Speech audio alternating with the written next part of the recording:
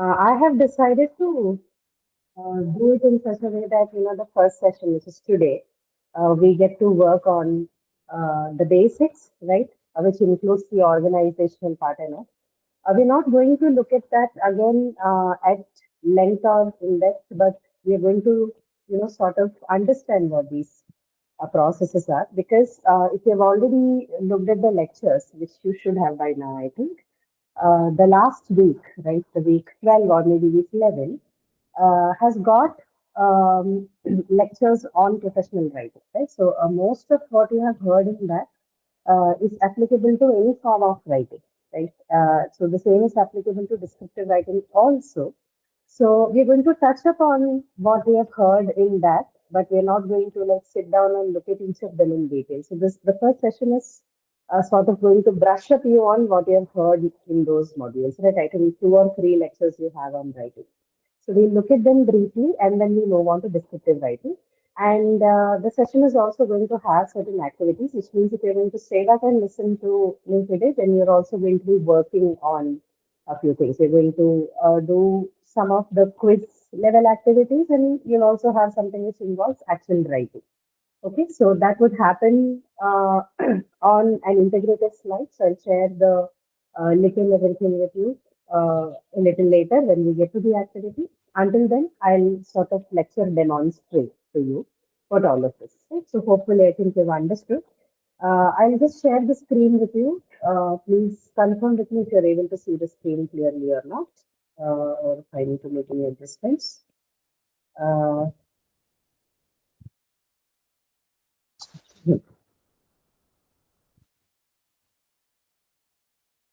It is okay, visible. it is visible. Okay, thank you so much. So this is what we are going to do. So we have two sessions, but in each of these sessions, we are going to work on two mini sessions, right? So for today, we'll do two mini lessons, right? And tomorrow again, we are going to do two mini lessons, right? So that's how the organization is. Initially, we used to do it over 4 days, but then the problem is that we're not able to get a steady crowd. Like, so some people would attend for 1 day, 2 day, and then don't come later on. So, from the student point of view, so to keep your interest in mind, we thought at least people who can spare 2 days, they can come in and learn something and do, right? So 4 days looks like too much of time to spend. So, that's the reason we have condensed this into 2 days and 3 hours. Okay.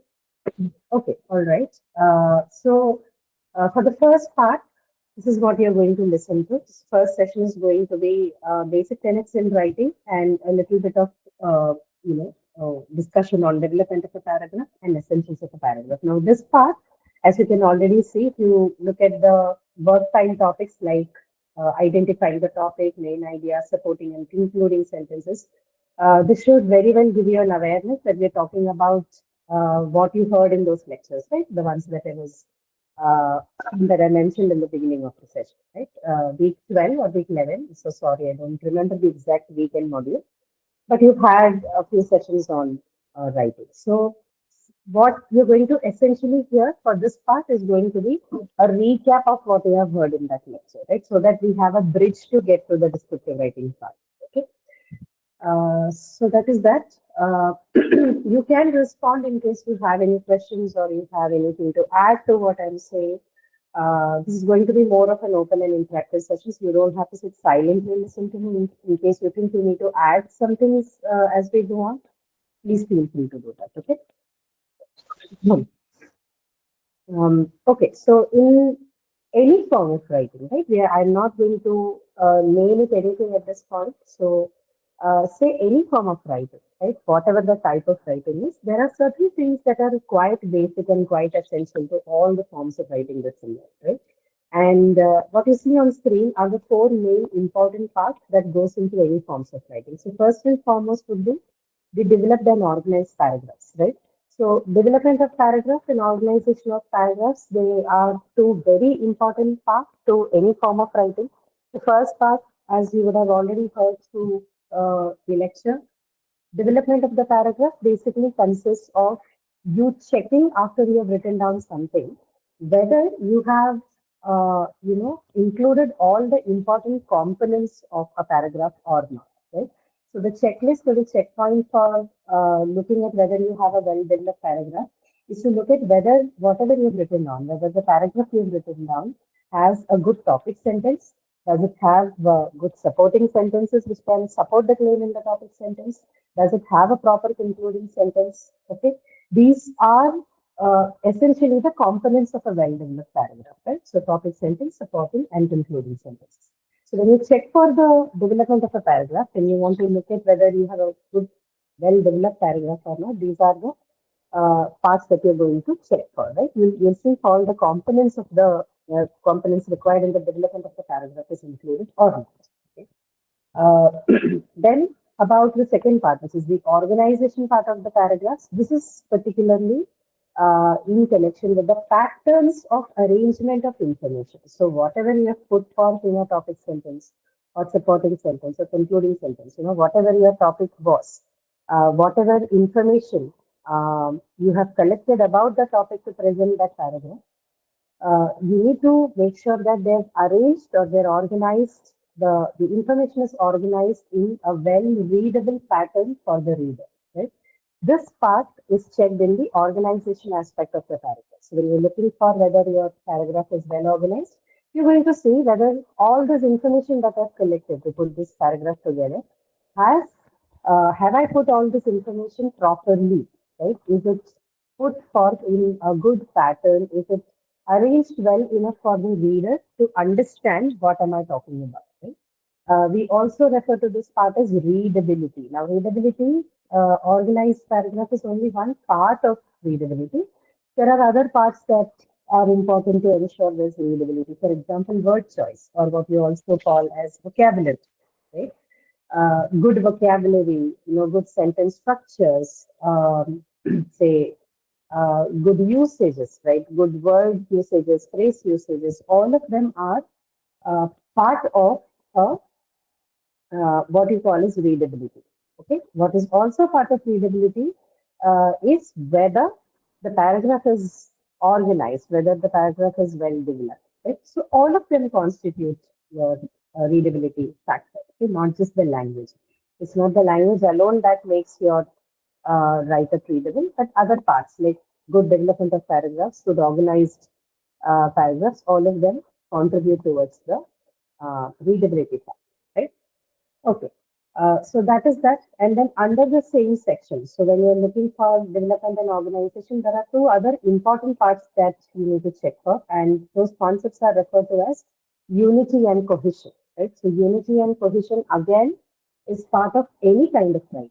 Okay? Whether you're writing at a professional space or whether you're doing a creative writing, whether you're writing for, whether you're writing is technical writing, scientific writing. I don't know if it is, a normal, ordinary email that you send for to somebody. This part called unity and cohesion is very important in the construction of any form of writing. And particularly if you're planning to develop something in paragraphs, for example, an essay, right? So some of you may be applying to universities abroad, right? So they ask you to write an SOP or they write you to ask a statement of intent or research statement or sometimes even a well-developed CV, right? I hope you understand the difference between resume and CV, right? So if you're asked to develop all of those things, they're all basically essays or what we call as reflective essays, which includes you to write in detail about your experiences. It's basically storytelling, right? It's narration. So anything that involves this kind of narration will need to check that the concept of unity or cohesion. Okay, both of them are well included or well taken care in this part. So we'll discuss what unity and cohesion is as we go forth, right? So right now we are just going to present to you what comes under each of the section, and once we get there, we'll discuss in detail what we mean by unity and cohesion. Okay. You see the word signposting. So signposting is basically a linguistic technique, or these are devices in languages, which are basically words or phrases, or sometimes even clauses, that helps you to achieve unity and cohesion. Right? That is signposting. It's a device, or it's the name that we use for linguistic devices, language devices, which helps you to achieve unity and cohesion, or certain techniques that you use to achieve unity and cohesion. This also we'll look at in detail. I'll show you examples of signposting in language and what are the various methods we can. Next comes, of course, the appropriate writing style. Now, this is particularly in connection with, you know, what style of writing should you approach your writer with. So that depends, right? So if you're writing for, say, something like a professional zone, right, for professional activities, then the tone and the style that you're going to adopt is going to be largely formal, right? So there's no space of writing anything informally there, given it's a professional space of writing. But say you're writing something that is more creative, or you're writing something for an informal gathering, then it has to, it is definitely going to take up tones and styles that are informal. So, uh, in tones, of course, just like there are tones while you speak, right? Our conversational language has tones, but the difference between writing and speaking is that you need to put in a little more effort when it comes to writing to establish a tone. Because in speaking, of course, you have your voice at hand, so you can modulate it, and you can, of course, use your body language and your gestures while you're delivering a speech or while you're talking to somebody to indicate the tone that you want to use, whether that is ironic tone, or whether that is, say, an emotional tone or emotional appeal or intellectual tone, right? Like the ones that you see in speeches, right? It is easier to do that with your voice, right? Because it helps you. The modulations are available. Now, the modulations that you see in the voice will have to be translated to language while you write, right? Which means you have to choose the right linguistic devices, the right phrases, the right words, the right sentences that can communicate the tone correctly to the audience, right? Which is why writing is a little challenging. So unless the writer understands what exact tone the person needs to take up, it becomes really difficult to deliver. You can understand the tone by also, taking a survey of the audience that you have, right? So if you know who your audience is exactly, right? If you are well aware of your audience, then it helps you choose an appropriate style, right? Now, whether that is in creative writing or whether it is in scientific writing, although in scientific writing the tone always remains formal, it helps you to understand what vocabulary you should use, right? So all of this knowledge comes from audience awareness, and audience awareness then helps the writer to choose the exact tone or the apt tone that is required to write, right? How do these tones vary? This again, I'll show you this and I'll demonstrate this using examples. Okay? What do we mean by uh, tonal variations in writing?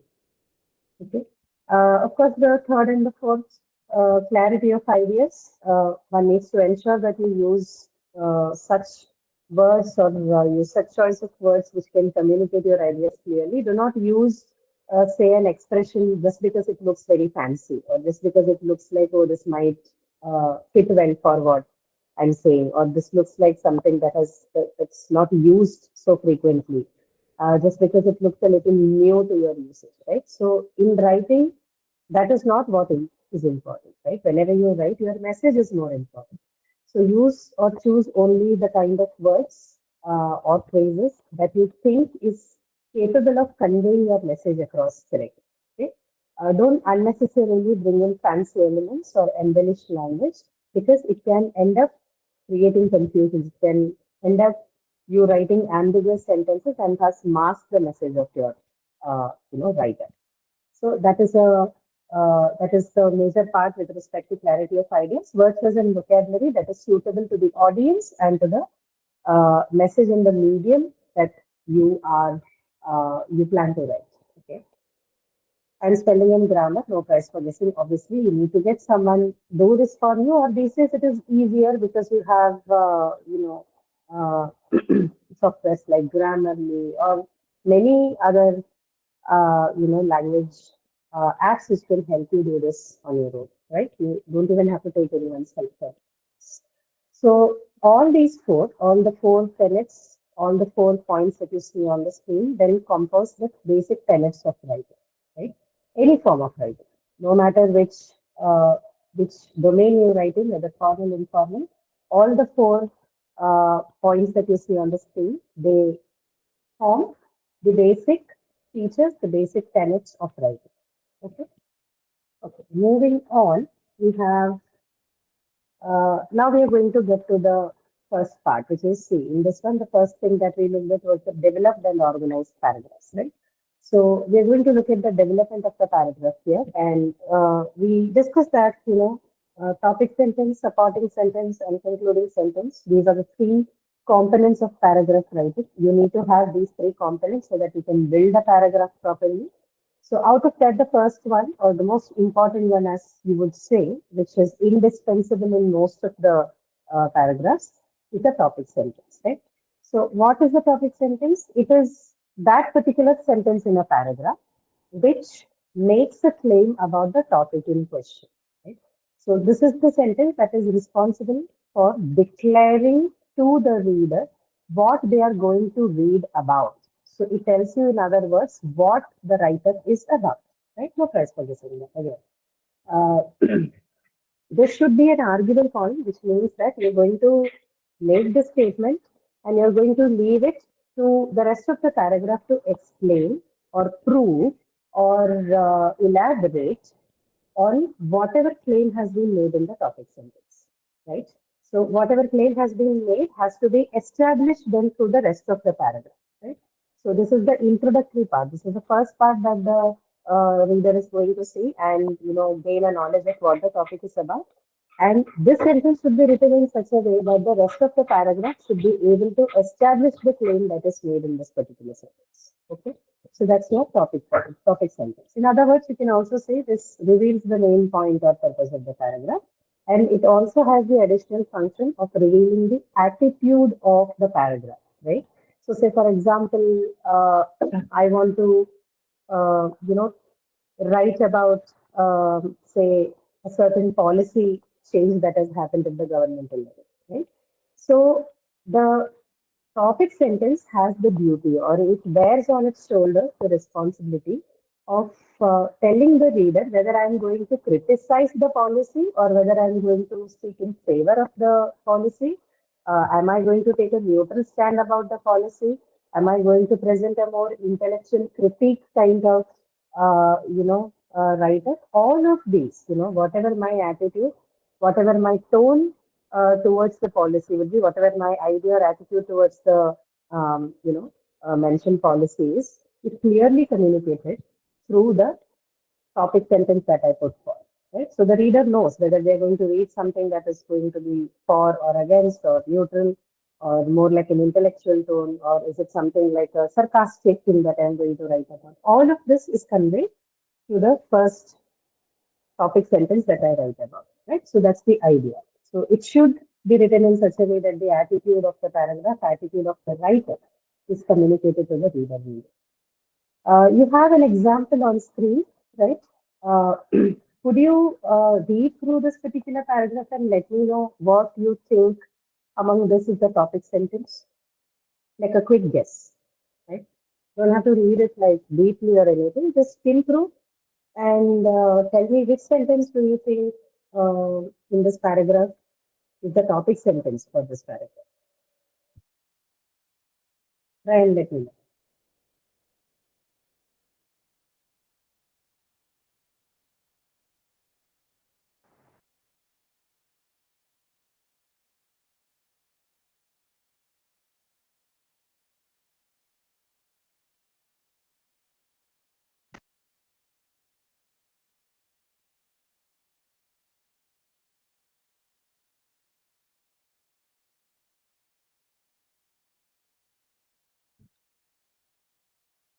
Yeah, anything? Which one do you think is the topic sentence for this? Which is the main part? Which sentence conveys the purpose of this particular writing?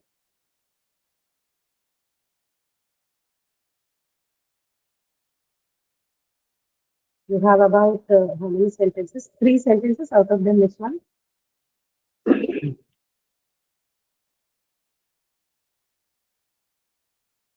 The last sentence, ma'am.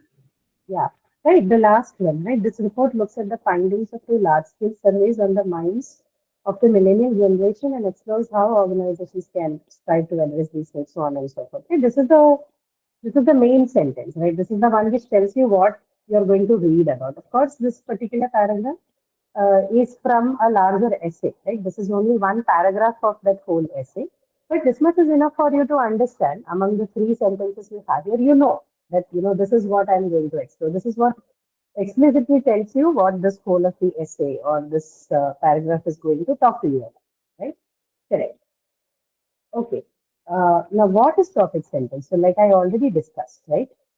Topic sentences basically tells you what are you going to read about. So, you have four questions that you see on the screen, right? If you have answered for at least one of this, you can fairly understand what your topic sentence is. So, if say you are evaluating somebody's work, right? Or you're evaluating your own work and you're trying to see if your paragraph is well developed or not, then this is the question that you can ask yourself to check if you have a good or a well-formed topic sentence in your paragraph or not. Or in other words, whether you have conveyed the purpose of your writing to the writer, sorry, to the reader or not. So, what are these questions? What is this paragraph mostly about? You can ask this question, right? So, an answer to this question would be uh, presented in the topic sentence. So, whichever sentence is giving you the answer to this question is the topic sentence. And if you don't have such a sentence in your paragraph, then it means you have missed out the topic sentence and you need to rewrite it. Okay. So, what is this paragraph mostly about? What is the big idea of the paragraph? What single word can you use to describe the whole paragraph? What phrase or word do you see repeatedly in the paragraph? Right? So seek answer to any of these four questions. Okay, one or all. All is not required, but if at least one of this question is asked to yourself after you've written down something, and the answer is sought for one of these questions, you can definitely make sure whether you have written a well written topic sentence or not, whether you have a well framed topic sentence. Okay, so this is it about the topic sentence, right? This is how you identify the topic sentence, and you also check whether you have one in the writer that you had. Or not. Now, additionally, you can also ask questions like what is the author saying about the topic or what do the details explain about the topic, right? This is identification of the main idea, right? We are looking at topic sentence, so we are heading to a point which is going to convey to us how do you identify the topic sentence. So one of the method is also to understand the main idea. So you either ask any of these four questions that we have just seen, or you go ahead and check, what is the main idea that is presented in the paragraph. So this question would be answered if you can ask the question like, what is the author saying about the topic? What are the details explain about the topic? Right. So if you have answer to these two questions, then you know what are the main or what is the main idea of the paragraph as well. You combine the main idea with the topic of the paragraph, you get the topic sentence. Right? So these are all different methods that you can use to formulate a topic sentence. That's the idea. So look at this one. Topic plus main idea gives you the topic sentence, right? So you should not just have the topic in that sentence, but you should also have the main idea. Both of them combined will give you the topic sentence, right? Okay, let's look at a few questions before we get on to the next part on supporting sentences. I'm going to temporarily uh, stop presenting this particular slides to you because I'm going to take you to the edit files. Just give me a moment and you'll get a link to that. You can join that particular uh, link, join using that link, and you can work on the questions there, okay, before we get back to other questions. Just a moment. Once you start seeing the screen or you get the link and you have joined in, please let me know so that I can see this clearly.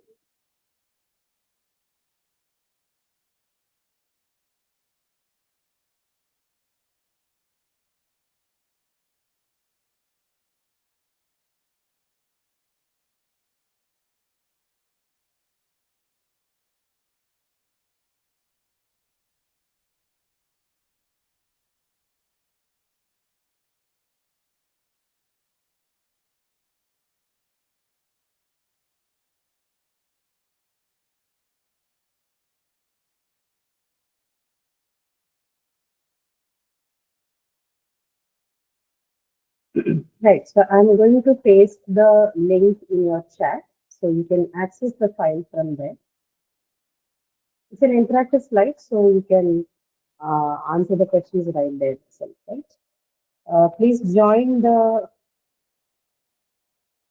deck file using the link that I have provided. Once you start joining, just let me know.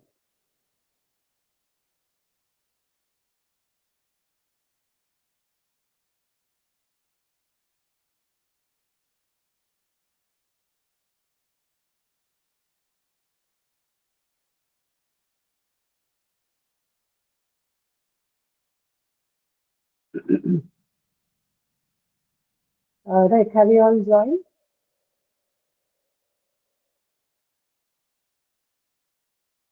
Just give me a minute. Right.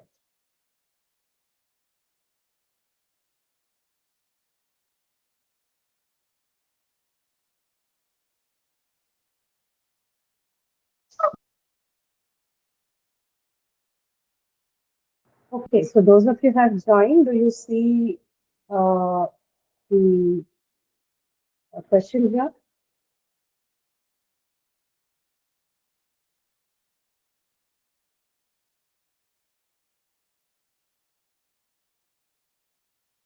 Okay, just a moment.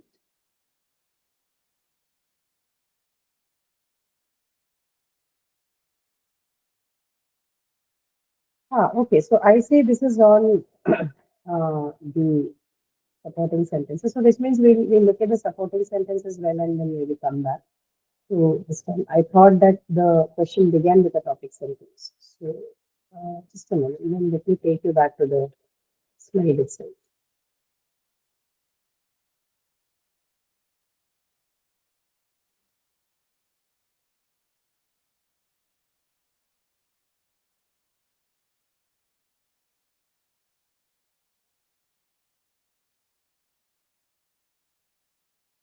Okay, so we work on this one first and then get back. So So after the topic sentence is identified, right? So once you have the topic and the main idea identified and so the topic sentence, the next part that you require to build the paragraph would be the supporting sentences, right? So what are these supporting sentences, right? What do we understand by that?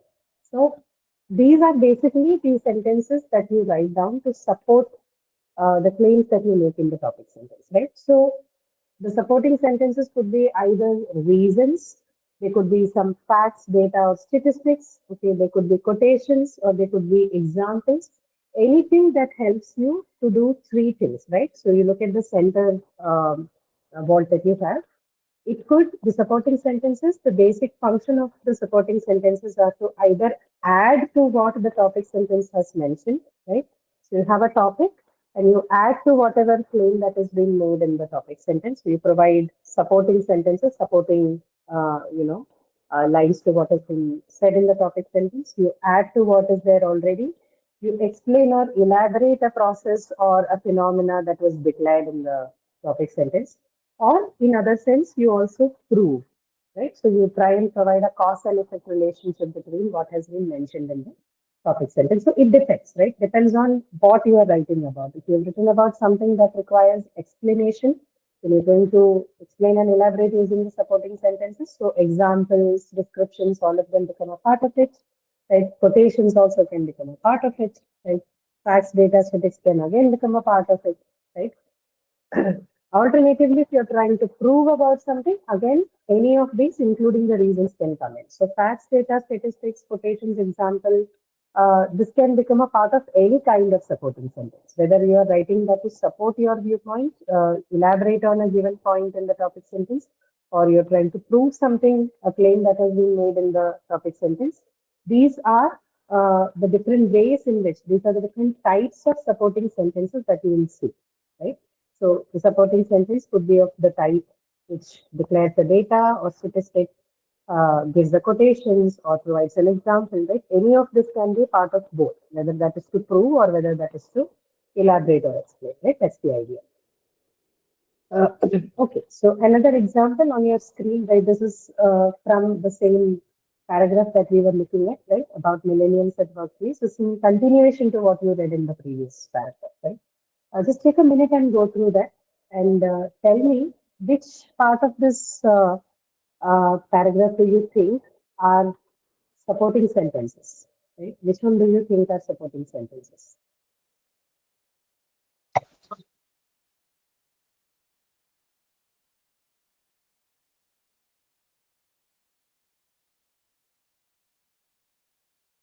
Please pay attention to what is written there because the activity that we're going to undertake, right, after you join the link, some of you have already done, but after you take up the questions there, this is what you're required to do there as well, right?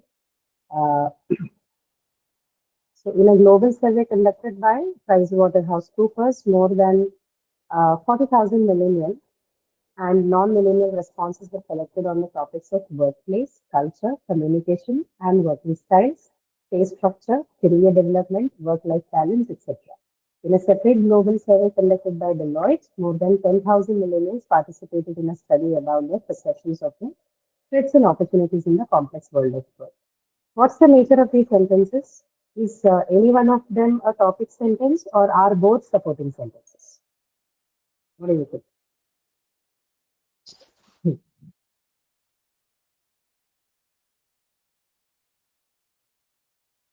Are they both supporting sentences or do you think one of it is a topic sentence? From what it presents to you, what does it look like? What do these sentences look like?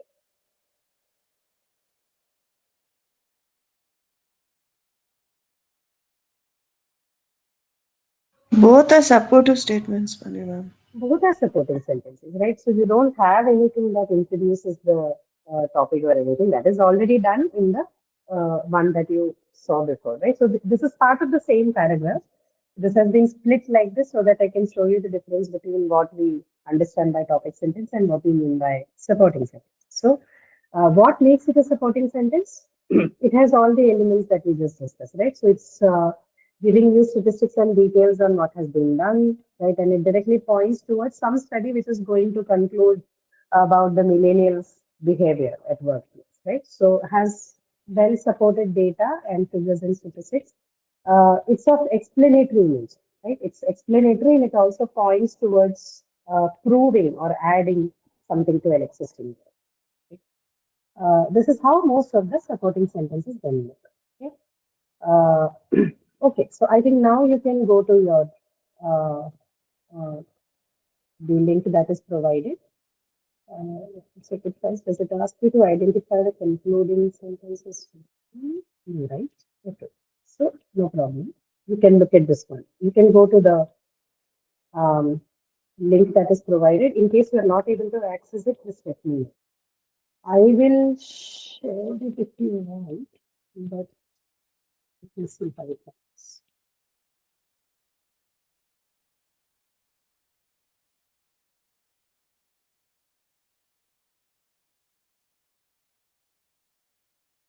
Anybody who's finding it difficult to join the link? No, ma'am.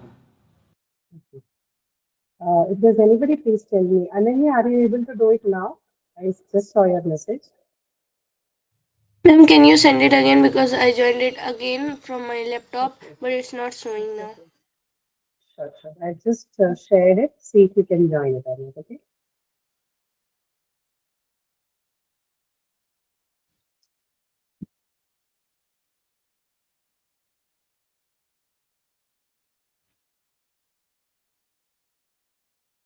Okay, ma'am, it's working now. It's working? Okay. All right. So, see, you have a question. I hope you have understood the question, right? Identify. It's a very simple task. Okay. Identify the supporting sentences for each of the topic sentences given below. We haven't discussed the concluding sentence yet, but that's all right. From whatever information you have got about supporting sentences, I think it should be okay for you to look through these sentences and figure out which one among them, one or two or all the three, which one among them are actually the supporting sentences. The topic sentence is already given, right? Artificial intelligence with a written or oral interface is supposed to make our lives easier in future. This is your topic sentence. Now, you have three other sentences here. You need to figure out which one among them are supporting sentences. Okay, whether it's only one or one and two or one, two, and three. Read through them and see from what you've understood of what we discussed, which of these would be your supporting sentence. Okay.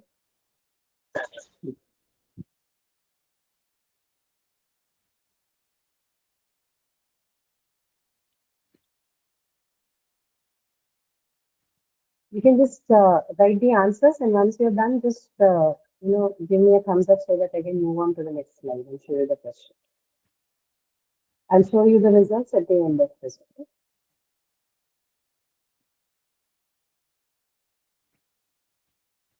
Read carefully.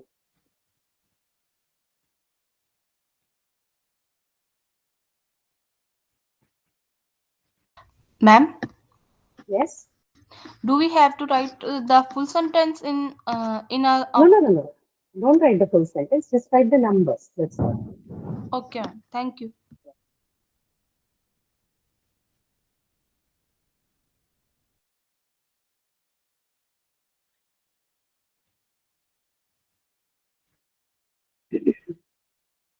This activity will also help you for the exam, if that's any incentive, because you're going to have at least one or two questions like this, right?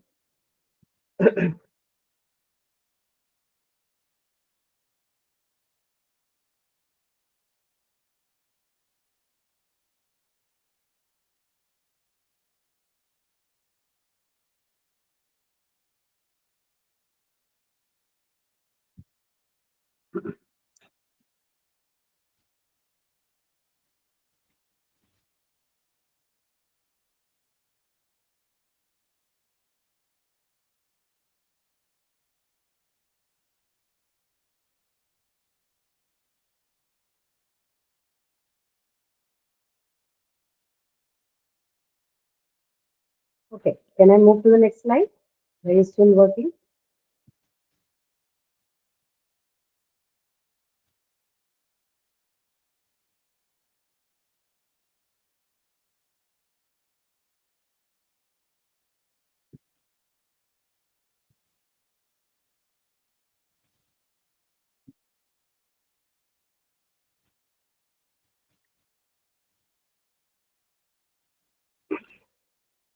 Okay.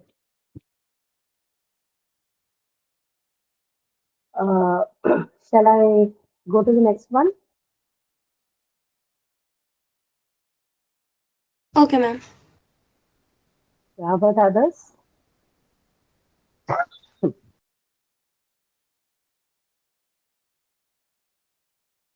Because if it's done, just give me thumbs up so that I know.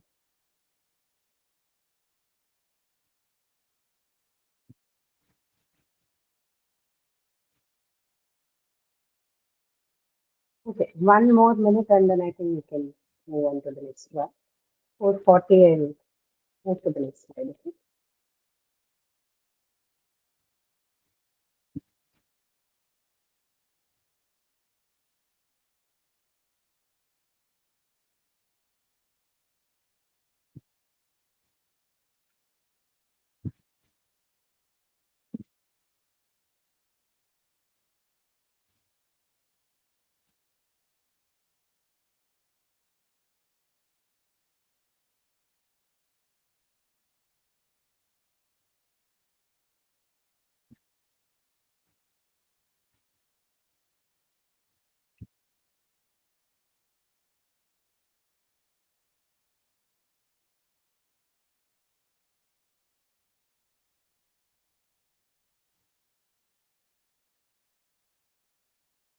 Okay. So we go to the next one. Next question, same thing, right? So here you have about five sentences, and the topic sentence is already given to you. The Victorian era is known for the galaxy of female novelists. So out of the five sentences, you need to pick out the ones you think qualify as supporting sentences. Okay.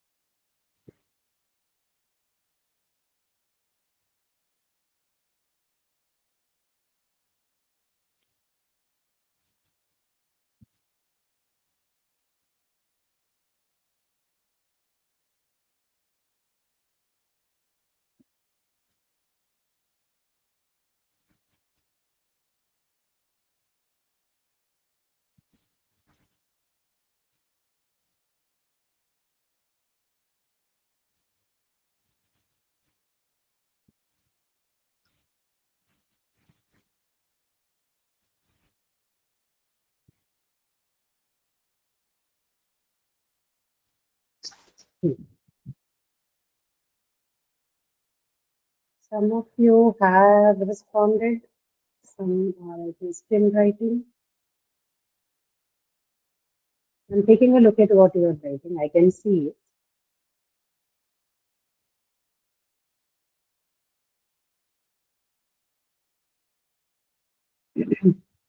You don't have to copy paste or anything, I think it will be more than enough if you just say, sentences two, three, four, or five, four, five.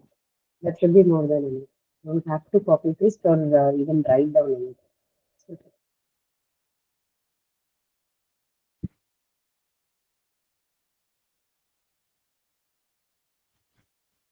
Each of 16 responses, rest of you, are you not able to access the link or are you still thinking?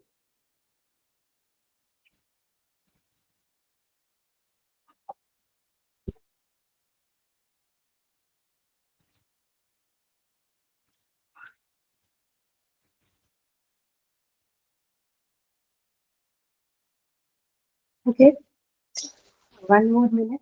Those of you are writing and then we'll go to the next question. I think we have total of three questions. The next one is going to be the last three.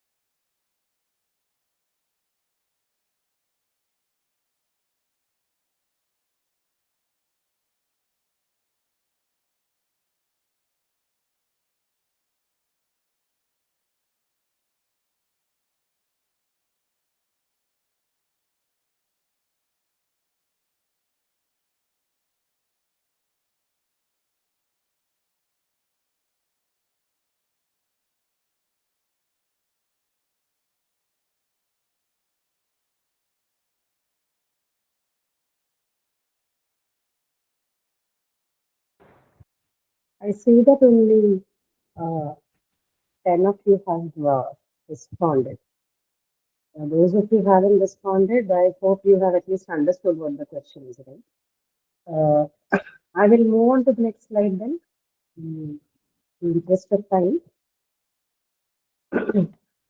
those of you who have already done, you can, move to the next question. You don't have to wait for me.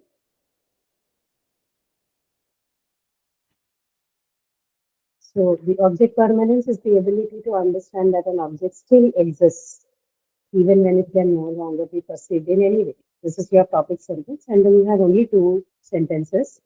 Uh, Either both of them are supporting sentences or only one among them is the supporting sentence. Okay, you need to choose between these two.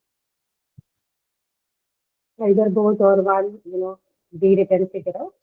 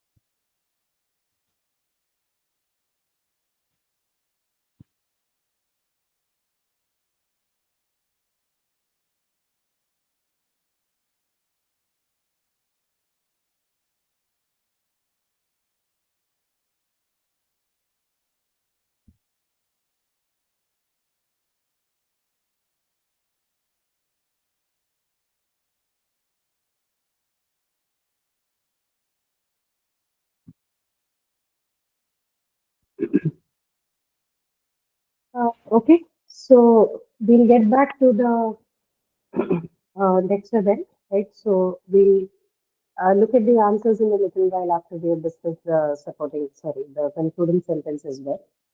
We move on to that. So after topic sentence and the supporting sentences, the final part in the development of a paragraph would be the concluding sentence, right? So on your screen, you have four different types of concluding sentences. So what is the role of a concluding sentence in a paragraph, or what is its place in the development of a paragraph? It's basically a sentence which reinforces or restates. The function is to restate whatever has been claimed in the topic sentence, right?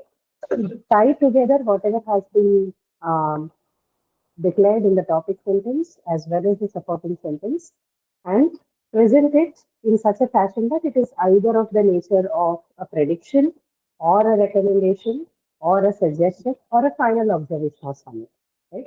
So it is whatever it is, whichever type of concluding sentence you use, whether it's a predictive concluding sentence or a sentence which is more like a recommendation, or if it is something like a suggestion, whatever it is, right? Or a final observation.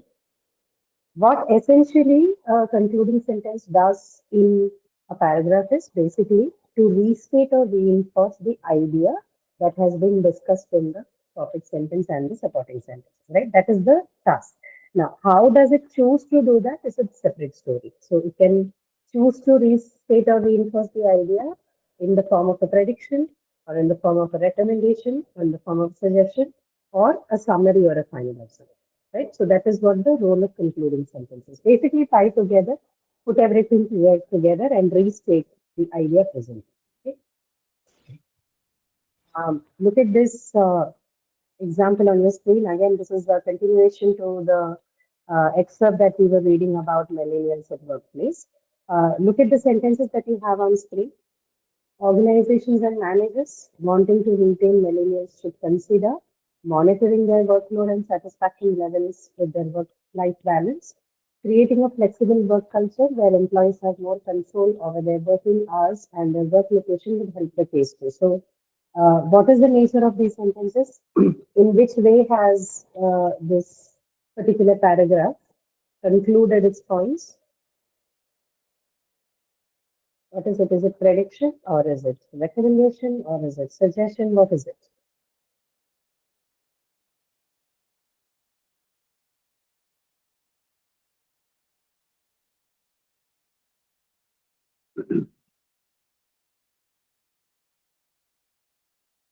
So out of these four things that you see, okay, somebody says it's recommendation, Manisha says it's recommendation. So is it a recommendation or is it a suggestion? How do you know if it is a recommendation or a suggestion?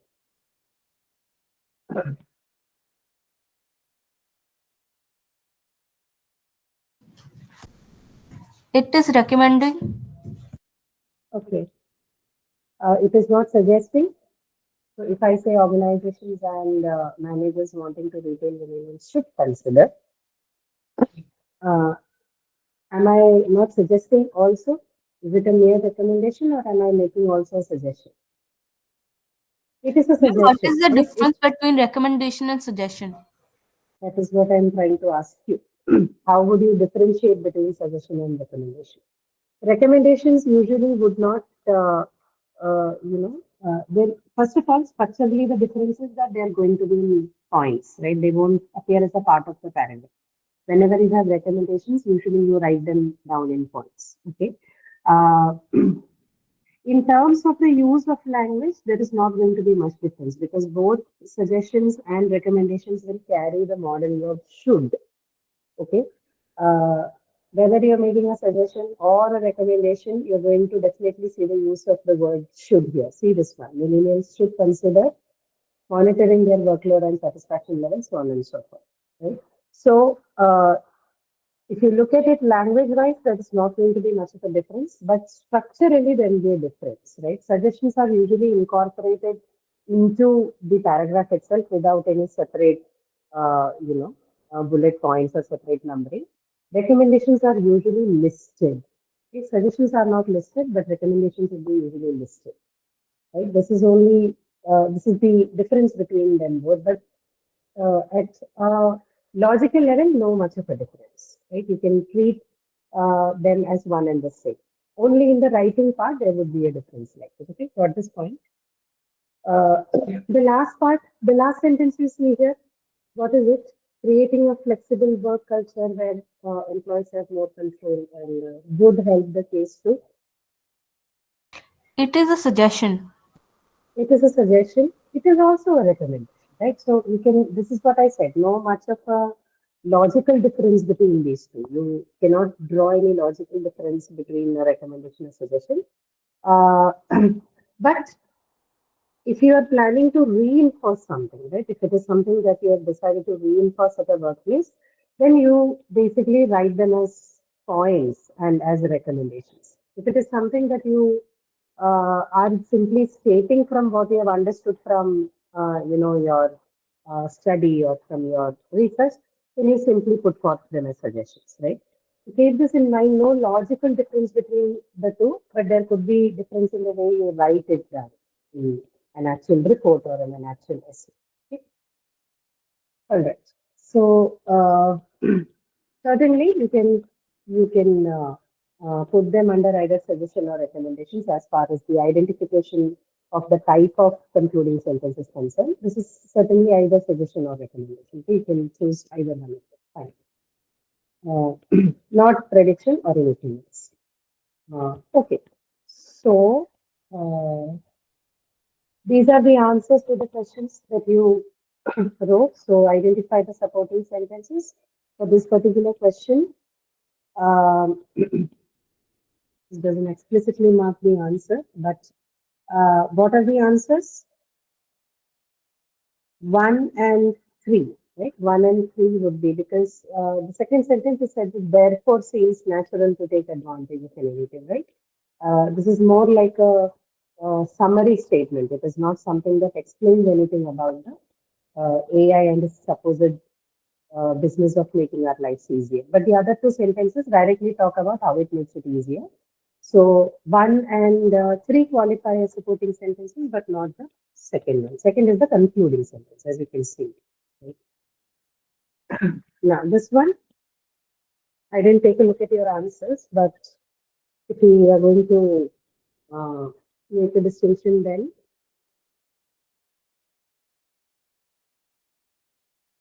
135. 135. So Charlotte Brown, Emily Brown, Miss Gaskell, and Georgette are in prime focus.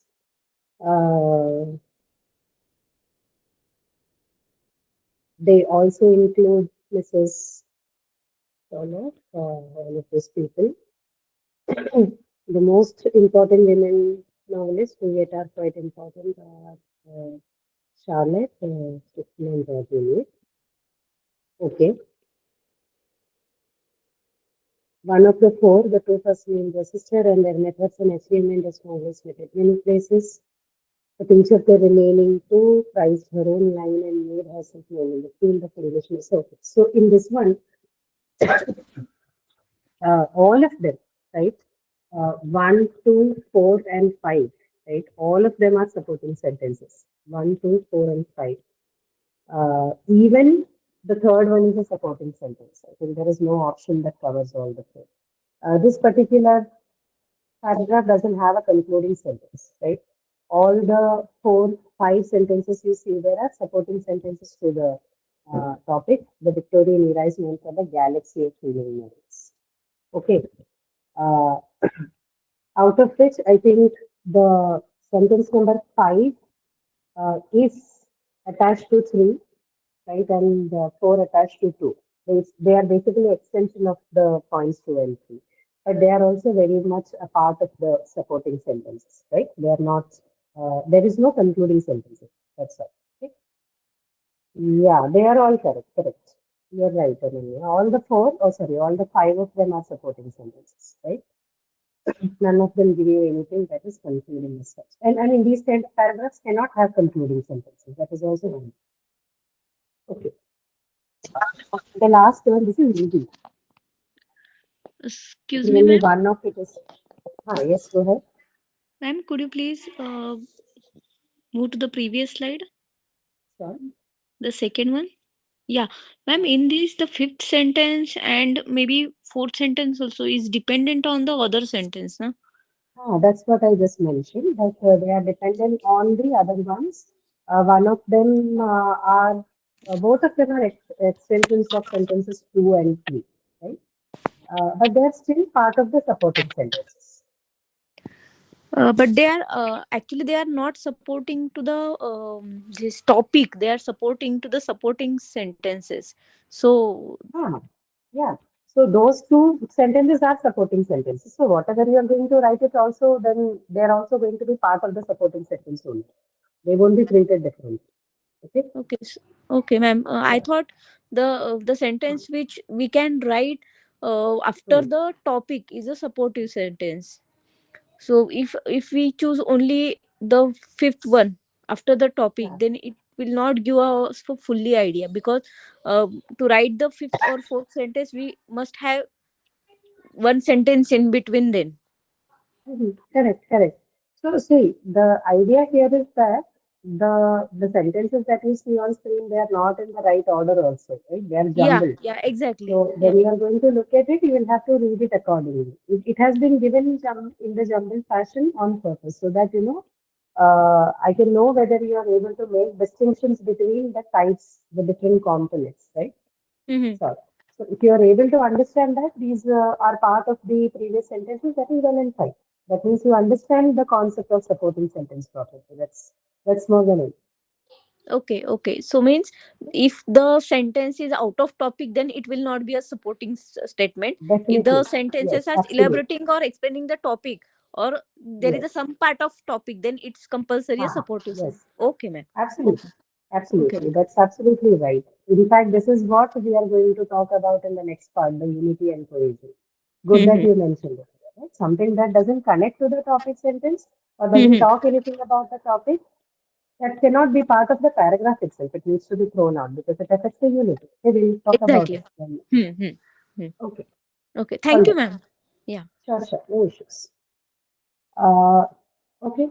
So, where do we have this? Okay, the last one here. It should be Unity and for cohesion. both. Yeah.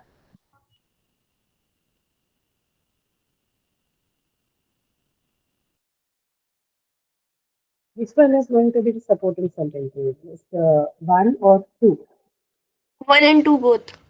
One and two both, right? We have one and two both as supporting sentences and no concluding sentences per se because there is no conclusion or prediction or anything that you need to draw onto a statement, right? So both one and two are going to be your supporting sentences.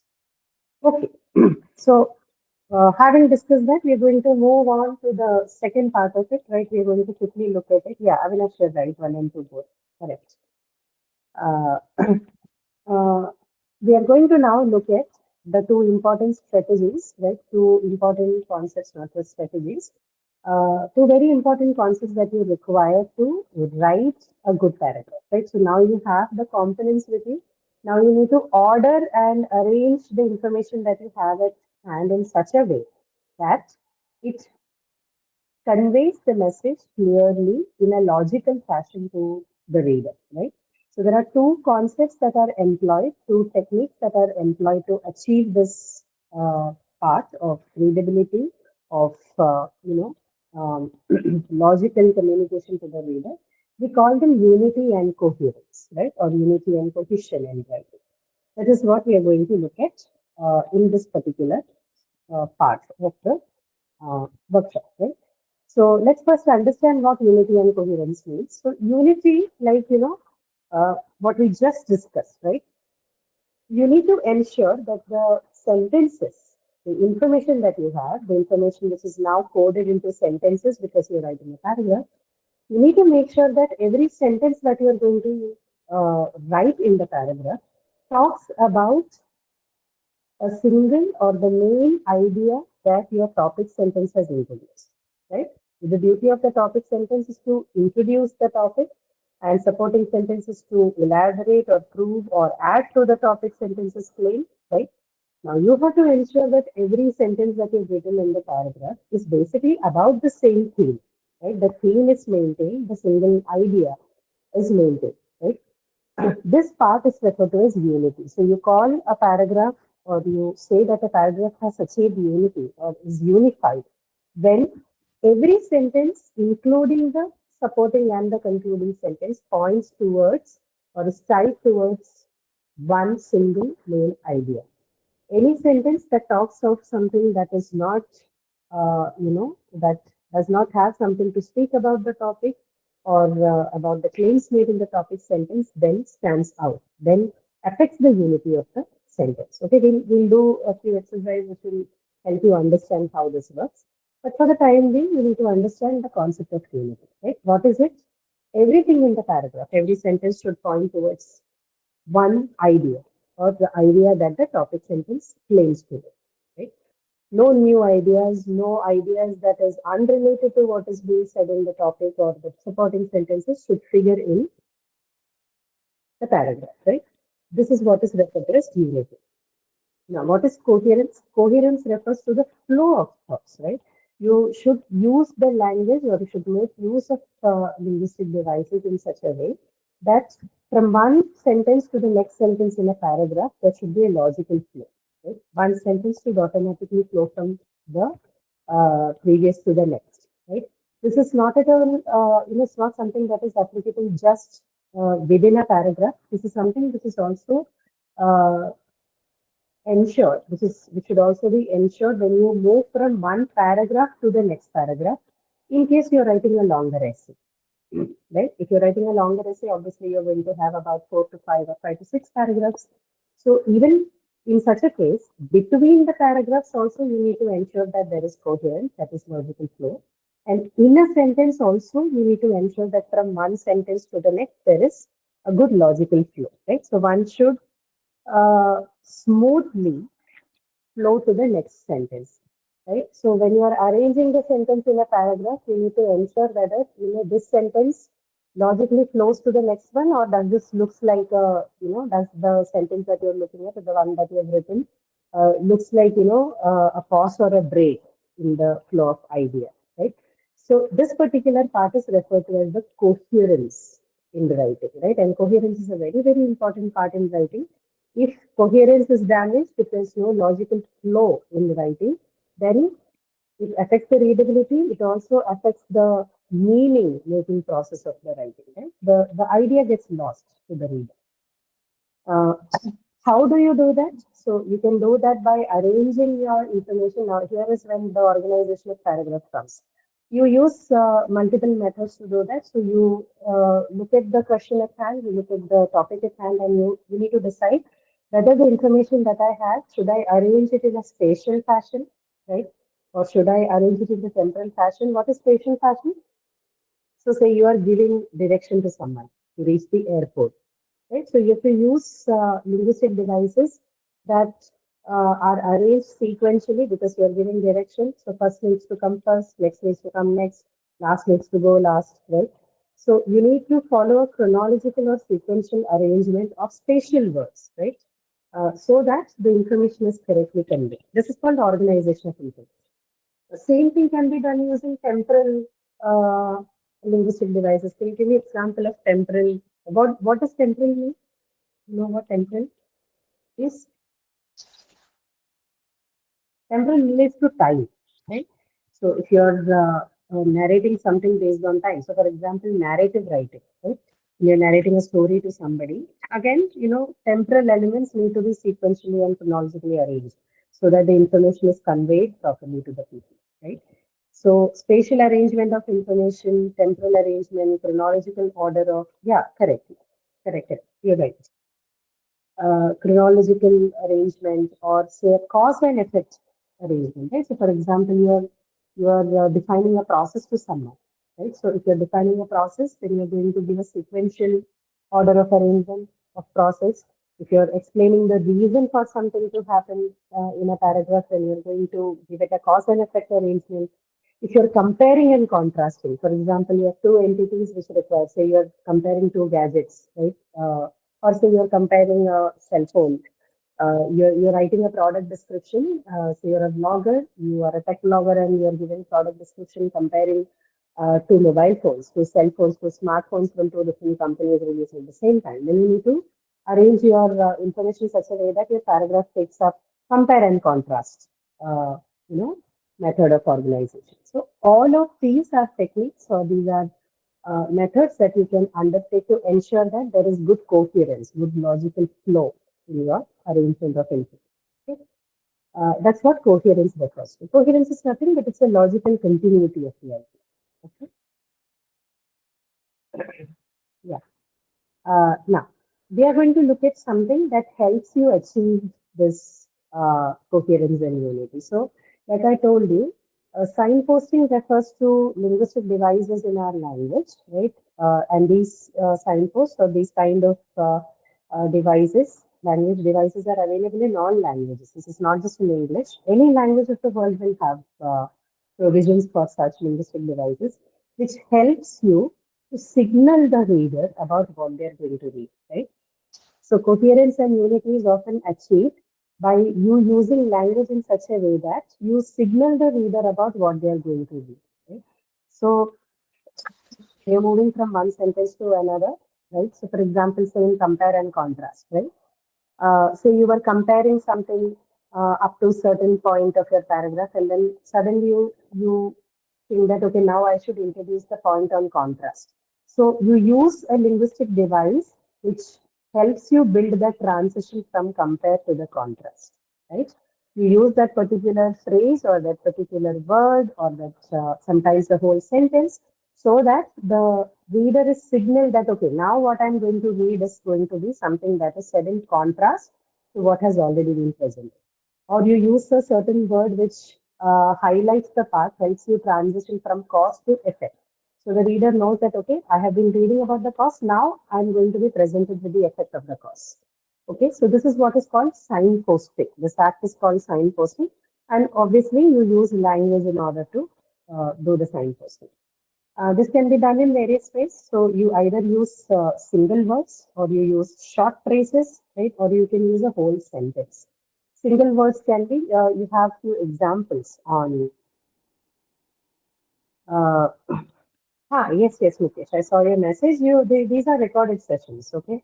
If you're in a hurry for something, you can access it later. But please wait until tomorrow for tomorrow or day after tomorrow for the team to upload the video. So we'll do that once both the sessions are completed. Okay? And thank you for joining. Okay, so single words, short phrases, or whole sentences, right? So take a look at them. Please look at the examples on screen. So what is consequently? When do we use consequently?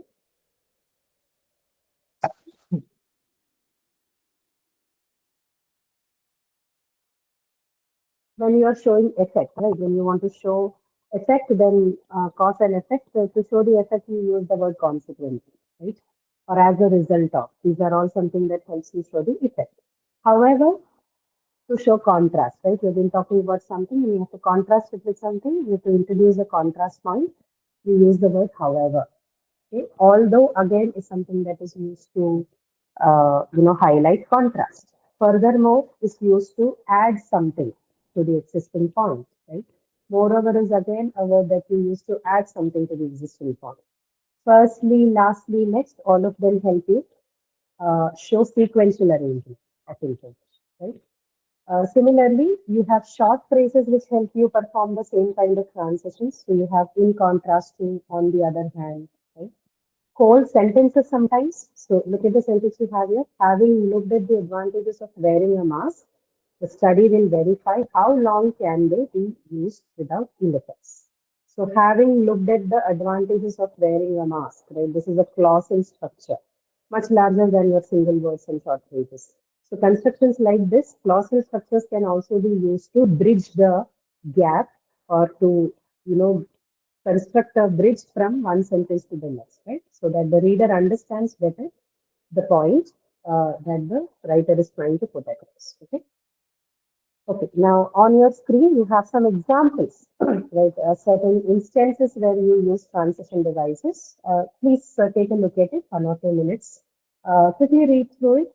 You'll understand what we mean by transition, right? So these are various instances of transition. You might have to make transitions at some of these points. This is to add more ideas. You might have to make a transition, and you can use words like again, furthermore, in addition, moreover, so on and so forth. Another transition instance is to compare and contrast, for which you have alternatively, contrastingly, conversely, whereas, so on and so forth. Yet another point of transition in the writing could be to prove something. So to prove something, then you can, give a signal to the reader by adding words like evidently, for this reason, right? Similarly, you have other instances also, which includes to show exceptions, to repeat or refer back to something, to show that you will include something later, to emphasize something, right? To give an example to show the order of things. These are all different instances that you can use in writing, or these are instances where in writing you have to use a transition device and use signposting to tell the reader that you are going to write something, you're going to emphasize something, you're going to give an example, you're going to add more ideas, so on and so forth. Okay? And now this is not an exhaustive list. So you can add as many more instances as you want onto this. And there can be more expressions that are part of them based on the instance you add. I've just given you examples of commonly used transitions, right? And commonly found instances in transition in writing. Right? So there can be more to this. It is definitely not a complete list. Okay, now next comes the strategies for unification. How can you ensure that there is unity and coherence? You need to put together all of these things, right? So to ensure that there is unification, the first thing that people do is to repeat keywords, right? So when you repeat keywords throughout your paragraph, you sort of remind your readers again and again about what they are reading, right? Repeating keywords helps them to stay on the topic. Okay, they know what the paragraph is about, what is being written about, so it's like a timely reminder for them. This technique helps to keep the reader as to what you're writing about. How do you do that? Now, when you do this, when you're repeating the words, it should not look like you're repeating also, right? So repeat it in such a way that it doesn't look like you're using the same words over and over again. So what technique do you use for that? Of course, if it is a nominal expression, if it is something like a noun, then you can use a pronoun to refer to that, right? So that you are repeating, yet not repeating the word itself again and again. If it is something else, like say a verb or an adjective that you're trying to bring back the attention to, or an idea that you are bringing your attention to, then you use synonyms that are contextually based so that you can avoid the overuse of the same word over and over again, right? So repetition then is a very important part to achieve unity, to bring your reader's attention back to what you're writing. But at the same time, one needs to ensure that you don't keep using the same phrase or word again and again, because that can result in redundancy. So for that reason, which strategy do you use? You either use a pronoun so that the nouns don't get repeated. If there are other words that you need to bring your attention, your reader's attention to, then you simply look at contextually suitable synonyms so that the overuse is avoided. Okay. Then, of course, for coherence, two things. One is using patterns, right? So arrange your information chronologically, sequencing in a sequential fashion, spatial arrangement, or logical argumentative style, right? And you also use signposts that we just discussed so that coherence is there, right? So for unification, you have repetition of keywords using pronouns and synonyms. And for coherence, you use signposts and patterns so that you can ensure the coherence. Okay. Okay, you have an example on screen. Please read through this first, and then I will show you another slide, which is like a revised version of this, right? So first read this one, and then I'll show you the revised one so that you can see the difference between both clearly. Okay.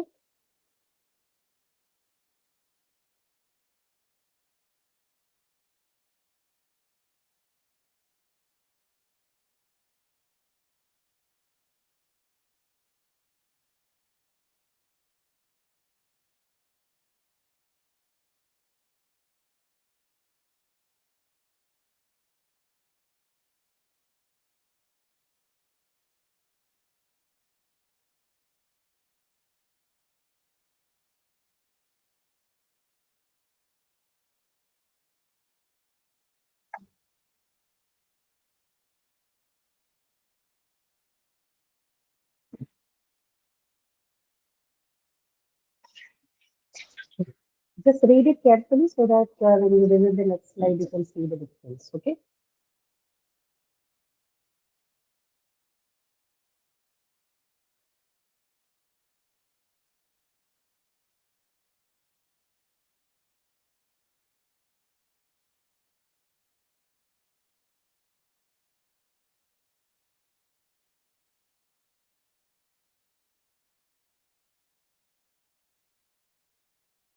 Right.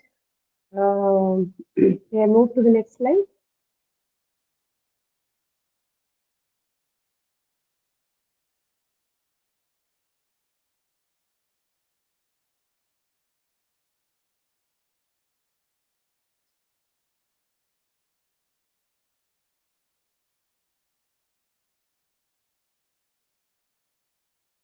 Okay. Take a look at this one. Take a look at this same paragraph. It's an edited and a revised version of the thing. This one. Take a look at this and tell me what difference do you see in this? How is it different from the previous paragraph?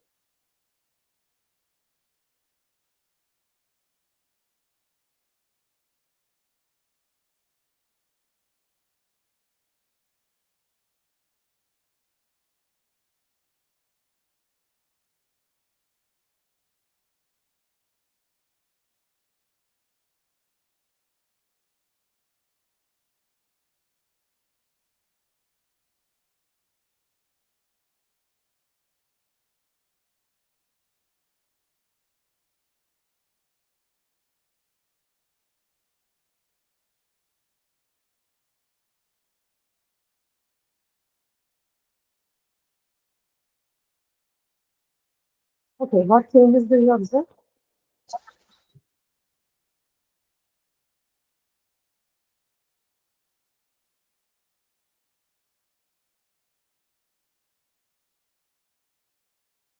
One thing is that we have avoided using lionfish everywhere, right? So we have replaced it with a pronoun. So they are noted for their venomous sting spines, which are capable of producing painful, though rarely fatal. So if you look at this sentence, uh, here it was a separate sentence, right? They are rarely fatal. So instead of unnecessarily putting another sentence for that, including this is a separate sentence, this has been bridged using the word though here. Okay, so lionfish or they have venomous fin stains.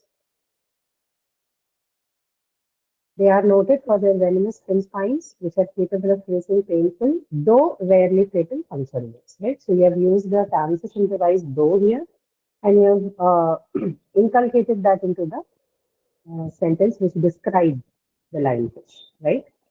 Then another one you see here is when disturbed. Right. When disturbed. So if you look at the previous slide, uh,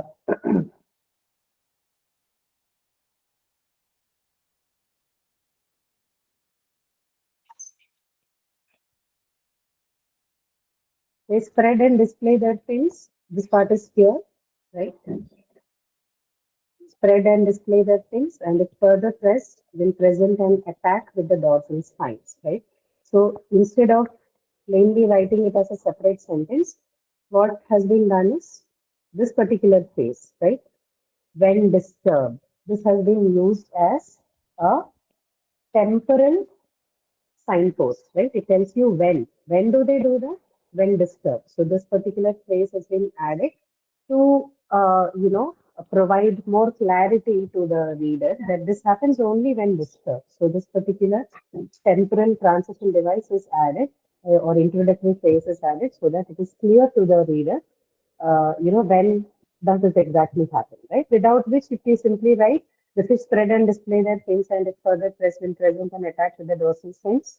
So, it gives you a meaning, but it does not give you a proper transition. It does not give you a logical flow from the first sentence to the next, right? So for that reason, this transition has been added in front of the sentence. And obviously, as you can see, the order of the sentences are rearranged so that the flow is much better for the understanding of people, right?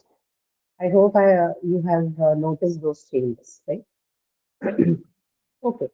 So We have about 7 minutes or so. So what we can do is we can go back to the link that is given. I think we have about 3 questions again. So we can try to solve at least 2 questions here, right? So for those of you who don't have the link, I'm going to repost it here in the chat. Please access it from there if you have joined late and you don't know what was going on in the class.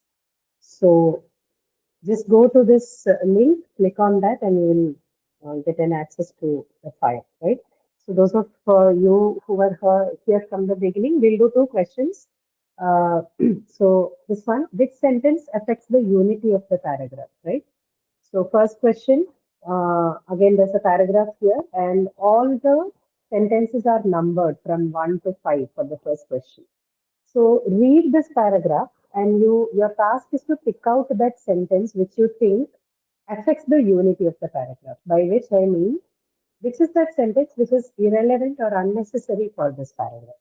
Okay, which is that sentence which you think, if used in this paragraph, is going to disturb the flow of the paragraph. Right. So read the sentence. Sorry, read the paragraph and all the sentences carefully, and just write the which sentence. Don't write the whole sentence. Just write 1, 2, 3, or whichever you think is the sentence you think is disturbing the unity, disturbing the flow of the paragraph. We'll do 2 questions. Rest of it we'll take up tomorrow while we discuss descriptive writing. So you can finish these 2 activities the next 5 minutes, and then we can close for today. Okay. And let me know once you're done with this.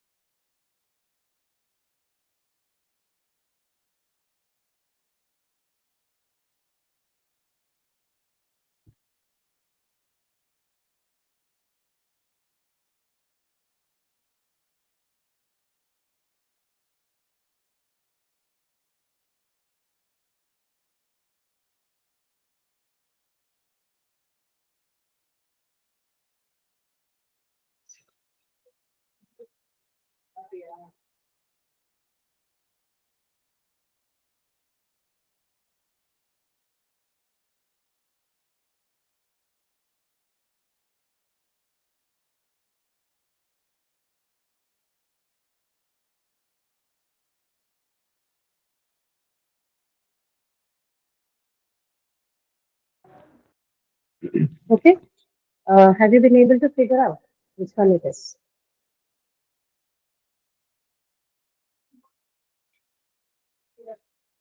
We have divers in France have found the oldest known bust of Roman dictator Caesar at the bottom of the river Rhone. The bust was thrown in the river after he was assassinated. The marble bust was found near Arles, which was founded by Caesar. France's cultural ministry said the bust was from 46 BC, the date of the southern town's foundation. Right? And the last one is the ministry described the bust, which shows a lined face and a balding head, as typical of realist portraits of the Republic. Which among these sentences do you think is a misfit here? This is absolutely unnecessary. You can take that sentence off the paragraph and still have a well-formed paragraph.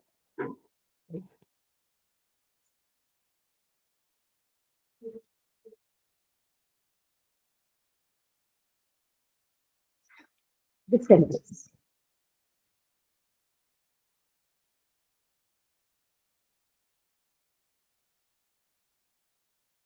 Second one, ma'am.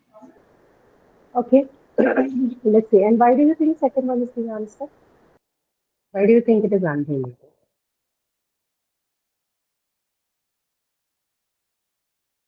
It is giving a negative information, but while others were actually giving the bust with some necessary information, I felt. Ma'am. Yeah, so it's not about negative and positive, the one that you said the second time, right? Which is necessary information, right? Yes, ma'am. You can take off the second sentence from this one and still have a well-formed paragraph, right? Nothing seems to have missed the point if you take out the second one, right? The bust was thrown in the river after he was assassinated is an unnecessary information because, see, the first sentence already says that the bust of Roman dictator, it was found at the bottom of the river rock, right? So saying something like it was thrown into river and when it was thrown after he was assassinated and all that is an unnecessary information for the rest of the information that you have in the paragraph, right? You take that out and still read this paragraph and you have a well-formed paragraph. So second one is then the answer, right? Yes, ma'am. Okay. You cannot exclude the third one because it gives you a very important information. The marble bust was found. It tells you bottom of river Rhone and where was it found, right? This information is not given clearly in the second one. It simply says that it was thrown into the river, which is an unnecessary information. Okay. Okay. Now the second one here, second question here. We'll do this one and then we can close for today.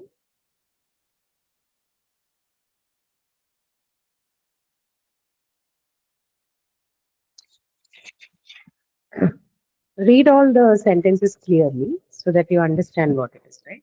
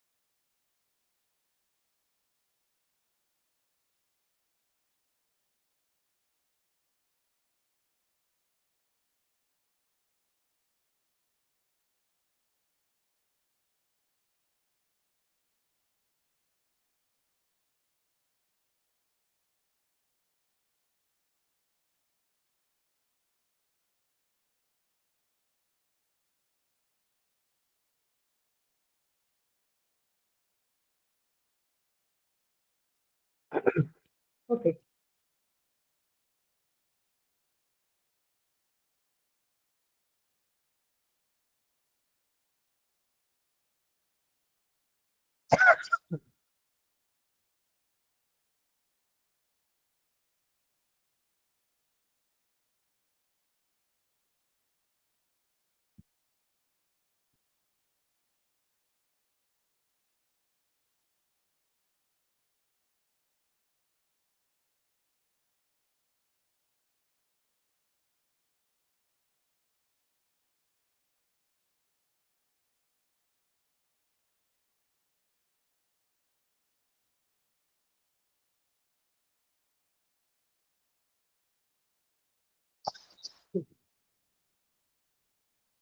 Sentence? Which sentence do you think is unnecessary?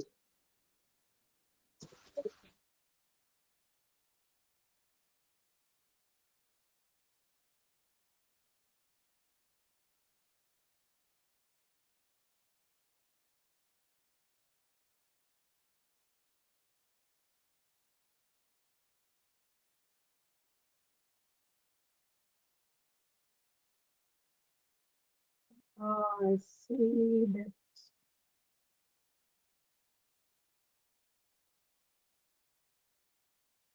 some of you said five. Many people say five. Some people say two. Some people say three. Most of you say five. Okay. Why do you think five is the answer?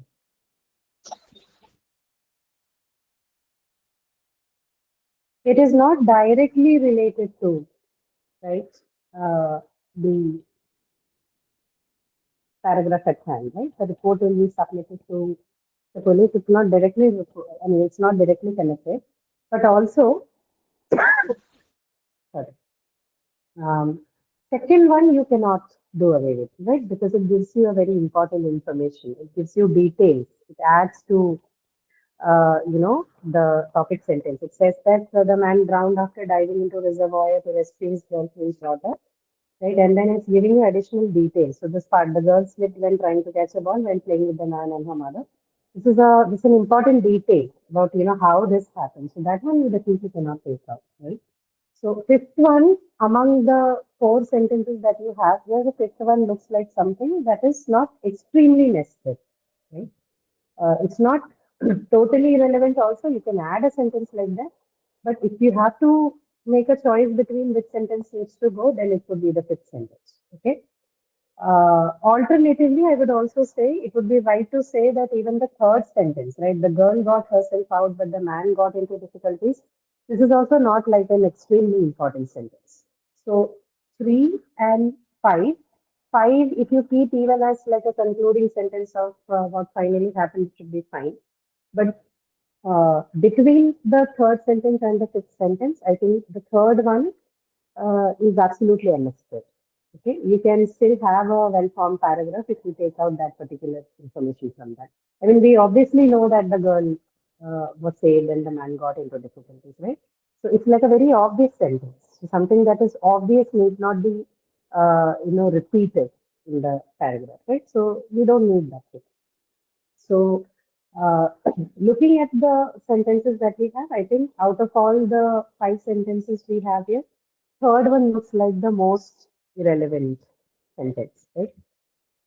Okay, you understand why we choose the third one over fifth one.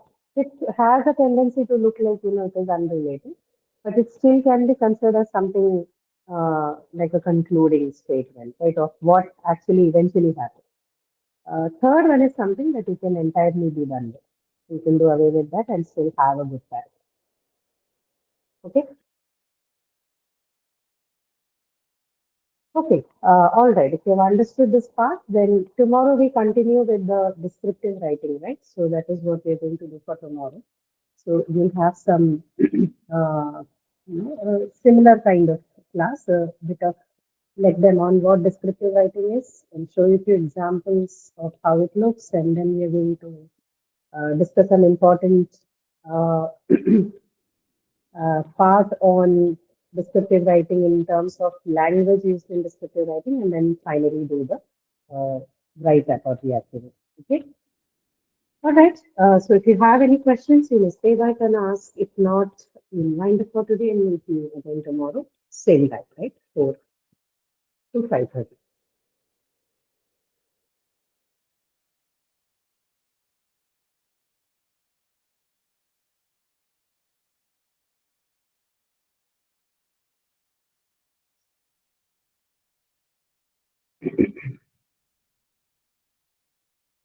Ma'am, in the last sentence, actually, Yeah. as you said, 3 and 5 were more or less like confusing for us to understand, no, ma'am. Yeah. Like, is it like you consider both the answers right, or is it only the third one is the correct answer, ma'am? Only the third one, because the fifth one can still be, considered as a part of the paragraph if I'm going to look at it as a, say, some sort of a final observation, right? So one of the kind of concluding statements are also final observation. So the final observation, what has happened, the report is that the writer has written the report will be submitted to the police and the coroner. It doesn't look misplaced, right? It can very well be part of the report that the person is writing. But what looks unnecessary is the third sentence, right? The girl got herself out, but the man got into difficulties because it's an obvious information, right? You're simply Yes, writing ma'am. it again. We already know that, it is the man who is drowned. So there is no point of writing again that the man is the one who got into difficulties. This is why the third sentence. Okay. Yes, ma'am. Thank you, ma'am. Okay. Sure. No problem. Okay. So see you again tomorrow then. Please keep these points in mind while I give you the free writing task to write down the paragraph. Okay. So thank you so much for joining everyone.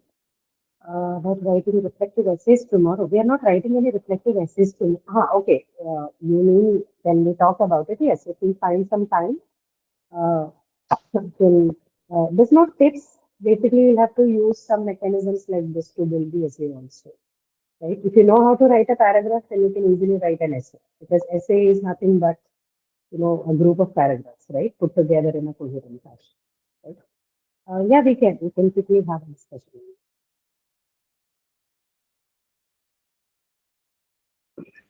Okay. All right. So thank you, everyone. Thank you so much, and see you tomorrow. See you.